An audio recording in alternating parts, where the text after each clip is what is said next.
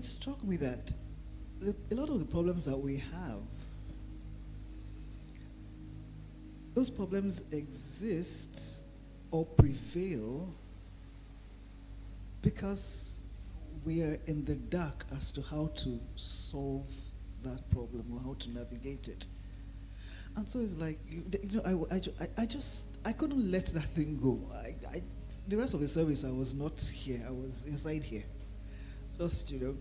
So when I got to my side, I said, okay, let's take this thing apart. Turning the light, what is it about turning the light? So let's do some imagining here this morning. Let's all imagine that we walk into a dark room.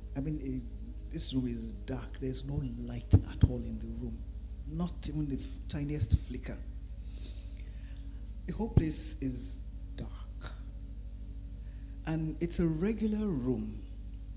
There's lots of furniture. There are chairs, there are tables, there are coffee tables, there are walls, there are windows, probably even fans or maybe even laptops on tables and things like that. You don't see anything because it's dark. Everything exists in place, yet it feels chaotic to you because you cannot see.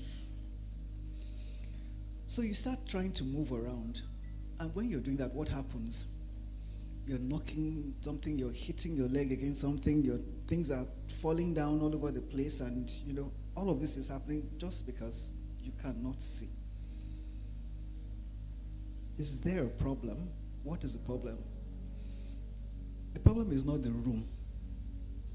The problem is not the things in the room. What's the problem?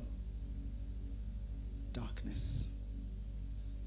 So imagine then that, excuse me, that someone walks in behind you and does something that you should have done that you didn't do. What's that thing? Just switches on the light. What now happens?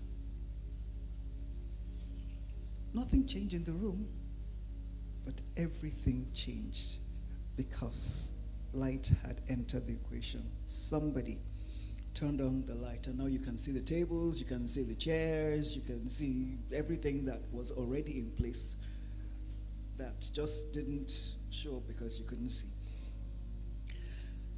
The first chapter of Genesis, incidentally, starts this way. We are told that in the beginning, God created the heavens and the earth.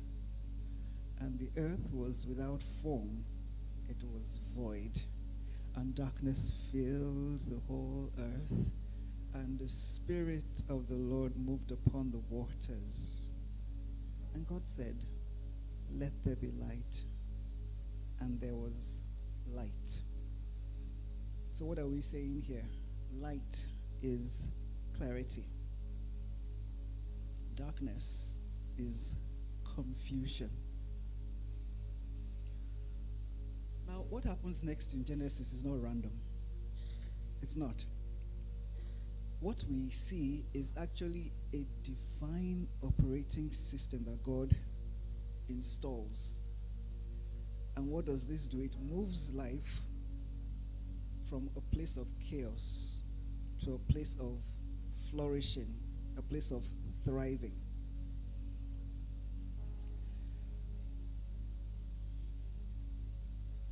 The Genesis solution.